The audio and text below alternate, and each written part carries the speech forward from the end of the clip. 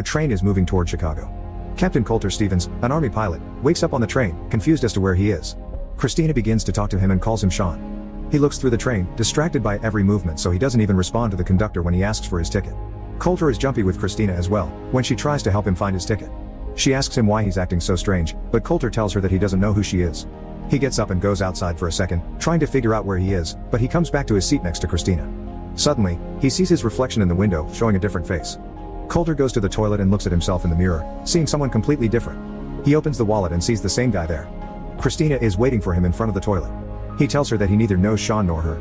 Suddenly, the train explodes. Coulter wakes up in a different place, hearing a female voice telling him that he's with Beleaguered Castle and asking if he's functional.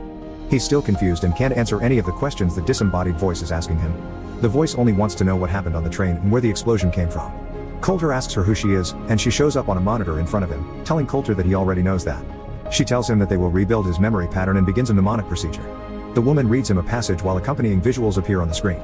Coulter isn't paying attention and is trying to get himself out of the seat as the woman continues with the exercises. Suddenly, he remembers parts of the exercise and repeats back what he had heard before. She asks for her name, and Coulter calls her Goodwin. Dr. Rutledge shows up briefly on the monitor checking something, then Coulter asks to talk to his father.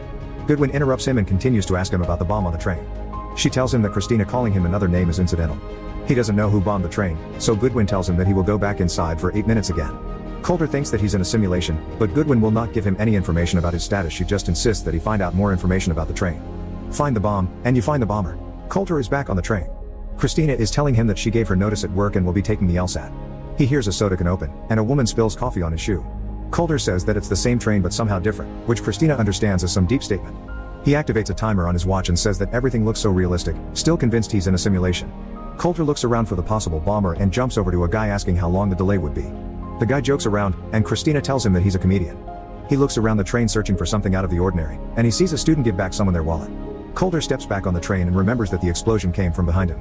He goes into the toilet and looks through it. Coulter notices that the vent has been tampered with and opens it, finally finding the bomb. He begins talking to Goodwin, thinking she can hear him and instruct him on the next steps with the bomb. Coulter leaves the bomb how he found it and gets another idea on how to find the bomber. He goes back into the car, lies to the people that he's transit security and that there has been some kind of security breach, so they have to stop using all of their electronic devices. No one really believes him, and when he sees a man still on his laptop, he closes it for him and breaks his jaw. Christina runs over to the man to help him, and Coulter says not to worry because neither he nor she are real. The train explodes, and he's back. Goodwin tells him to stabilize and lower his pulse. She asks if he found the bomb, and he tells her that he did, but Coulter asks to speak to Dr. Rutledge since he figured out that he's her commanding officer. Coulter thinks that he was in Afghanistan just 2 days before, but Goodwin says that it was 2 months. He's still confused, but he replies to her questions about the train. She tells him that he's not in a simulation, but that real lives are at stake. Coulter wants to know more before he can continue with the mission. Goodwin asks Rutledge if she can tell him anything, and when he confirms that she can, Goodwin tells him that the train he was on had already exploded that morning and that more attacks like that one are underway. Sean Fentress was on that train, and Coulter is him now. He doesn't understand yet, but she keeps pushing for information. Coulter tells her where he found the bomb and what kind of detonator it operated with. Goodwill explains that the detonation was planned to occur at the same time when a freight train was passing by, engulfing both vehicles. The bomber must have been close enough to see when that would happen to detonate the bomb. She tells him to concentrate on the passengers on his train and concentrate on performing only the tasks that she has given him. They send him back. Coulter wakes on the train in the middle of the same conversation. The woman spills coffee on Christina's shoes, and she's very kind about it, which Coulter comments on. He believes she's real now. Coulter asks the conductor about the behavior of the passengers on the train, and the man replies that he's the one looking strange. Then, he asks Christina if someone looks suspicious to her, tells her to sit next to him, and says to think of it as a game. She jokes around about all of the people in the car, naturally not taking him seriously, commenting that he knows the people more than her because he talks to them all the time. Suddenly, Coulter notices a guy coming out of the bathroom, and Christina comments that they're going into racial profiling. She tells him that he's the only other person she'd seen coming out of there, making him think for a second. Coulter looks through Sean's things, but only finds her name in his notebook. He wants to go after the guy he saw earlier and makes Christina come with him.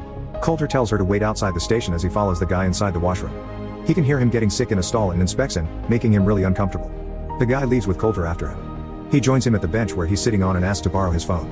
The guy asks to be left alone and leaves when Coulter attacks him and keeps asking to see his phone. Suddenly, the bomb explodes and he thinks that the guy may be the bomber. Not completely convinced, he goes after him again and the man pushes him on the tracks. Coulter doesn't get up in time and is hit by an oncoming train. He awakens in the other place, but neither can he hear Beleaguered Castle, nor they Coulter. The place feels freezing cold and begins shutting down. The man working with Goodwin tells her that he's in trouble. Then they both go to see Rutledge, who tells them that no one has ever been in a situation like him before and that they should keep sending signals to him and see if he responds to any of them. Meanwhile, Coulter finds a toolkit and manages to restart the power in the place where he's at. He begins hearing distorted voices, as Rutledge is sitting down on Goodwin's computer. Coulter hears her reading the passage to him and calls out to her as Rutledge is preparing to leave. The doctor talks to him, telling him that he invented the thing he is inside of and confirms that he's in charge. As Coulter tells him that he saved a passenger from the train, Goodwin comes back and continues the conversation. She tells him that saving the people on the train is outside of his mission. Coulter insists that she survived, but Rutledge explains that she survived only in the source code. When asked by Coulter what that means, he tries to simplify it for him. Source code is not a time travel machine, but something more similar to time reassignment. He can only go back there and report to what he has seen in a kind of parallel reality, through the eyes of Sean Fentress, who is his link. Coulter insists that he saved someone, so Goodwin asks for her name and looks for her online. She tells Coulter that Christina died that morning on the train. He still doesn't understand, but they need to send him back again because there is a second suspected attack in the center of Chicago. They think that this time the bombers will activate a dirty bomb, so the city is being evacuated. The army thinks that if he can find who bombed the train, the second attack might be prevented. Before they send him back, Goodwin tells him about a handgun he can find on the train. She authorizes him to use every force necessary. When Coulter wakes up on the train, he's very disappointed to see Christina there. They talk a little and it's apparent that he's slowly falling in love with her. Coulter has a mission though, and he gets up to achieve it. He goes looking for the gun and finds it exactly where Goodwin told him it would be. Unfortunately, the conductor catches him getting into the safe with the gun. He points the gun at him when the second conductor electrocutes him. Coulter wakes up on the train again, only to see Christina next to him asking what he was doing. He doesn't know what to tell her and knows he's running out of time, so he asks her what she would do if she only had 1 minute left to live. Coulter tells her that he would call his dad and tell him he's sorry.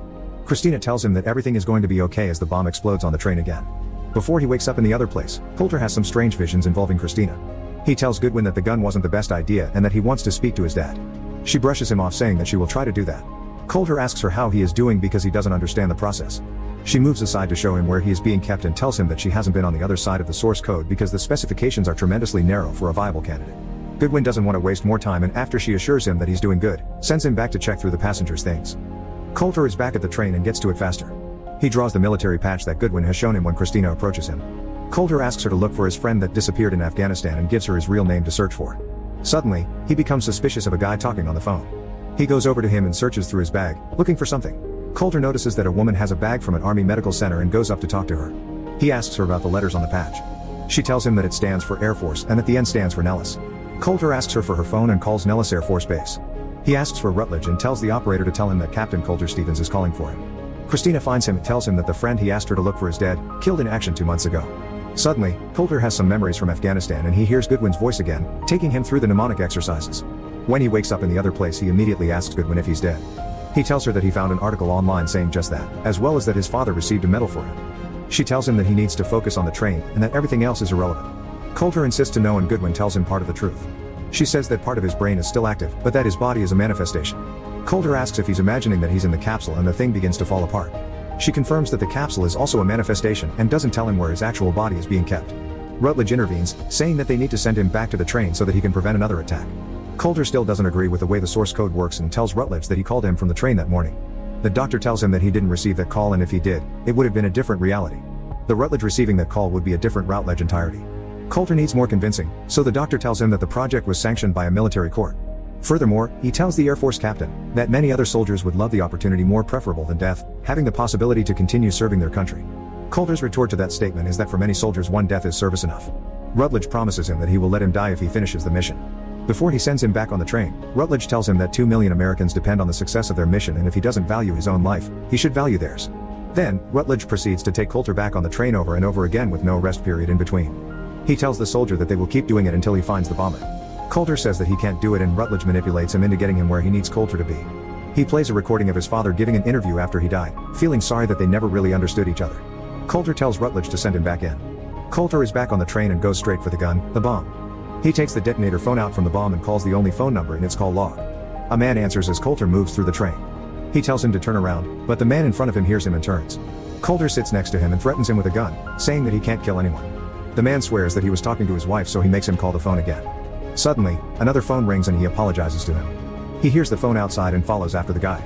He sees him putting his wallet back on the train and finally knows his name, Derek Frost. The doors close, so he opens it with the emergency handle and jumps off so that he can go after him. Coulter sees him go into a white van and goes up to him. He shows Derek the phone, but he pretends that he doesn't recognize it. Coulter knows it's him though, so he shows him the second bomb inside the van.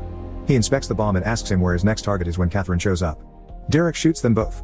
Coulter is still alive, so Derek gives him the whole speech on why he's doing it. His explanation is that the world is hell and that it needs to be rebuilt. For the world to be rebuilt, it needs to be destroyed. Derek gets in the van and leaves them there. The bomb in the train explodes regardless. When Coulter transitions back to the capsule, he sees the images from before more clearly. Immediately as he comes back, he tells Goodwin and Rutledge about the bomber in the van he went into. He confirms that the second bomb is radioactive. Rutledge and Goodwin congratulate him and say that his mission is over. Before they leave him, he asks to be sent back to try to save the people before he dies.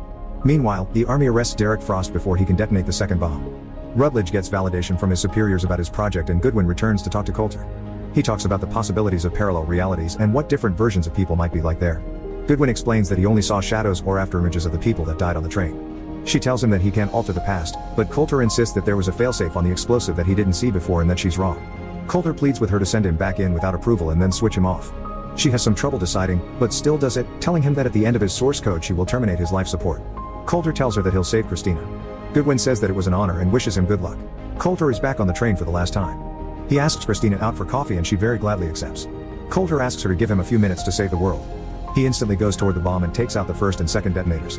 Then he passes by Derek and steals the conductor's handcuffs. While the source code is active, Rutledge gets more good reviews from his superiors as Goodwin walks into his office. He tells her to wipe Coulter's memory and prepare him for a new source code.